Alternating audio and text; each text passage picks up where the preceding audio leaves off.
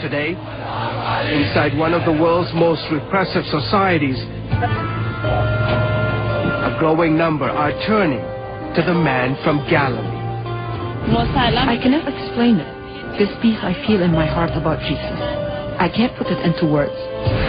This is their story of faith and courage under fire.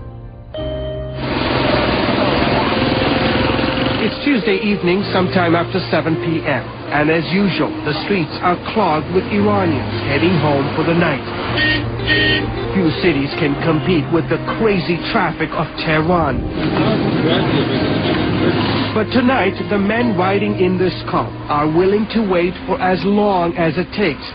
They are on their way to an underground meeting.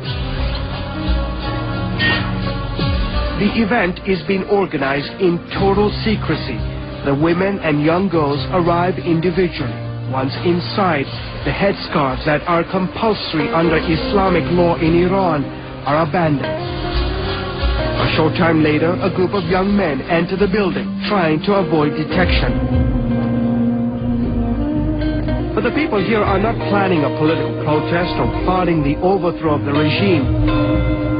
They have gathered behind closed doors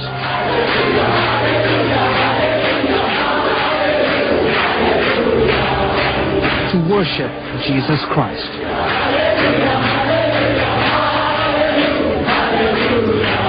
For security reasons, we cannot show you their faces, but you can hear the sounds of a rising chorus. In this exclusive video obtained by CBN News, the men and women spend the next several hours singing and praying. This may not seem like a big deal to most Christians in America, but here in Iran, such a gathering is illegal. That's because most of the people in this room converted to Christianity from Islam.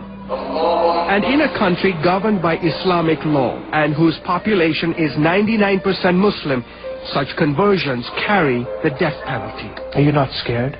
No. If it was through my own strength, of course I'd be scared. But I have the Holy Spirit inside me, and He gives me the strength not to be afraid.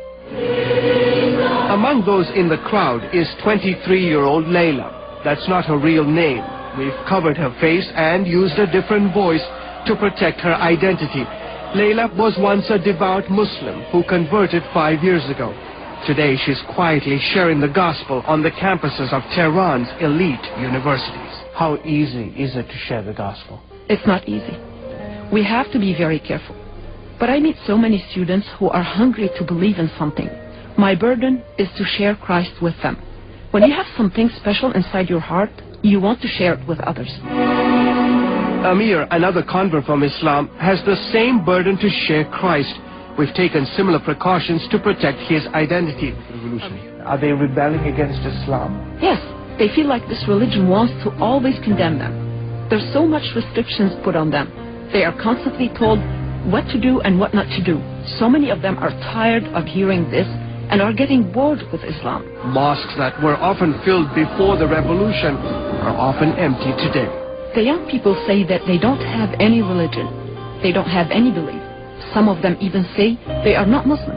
Christians make up less than 1% of Iran's 70 million people. The majority of these Christians are from the Armenian, Assyrian, or Chaldean churches.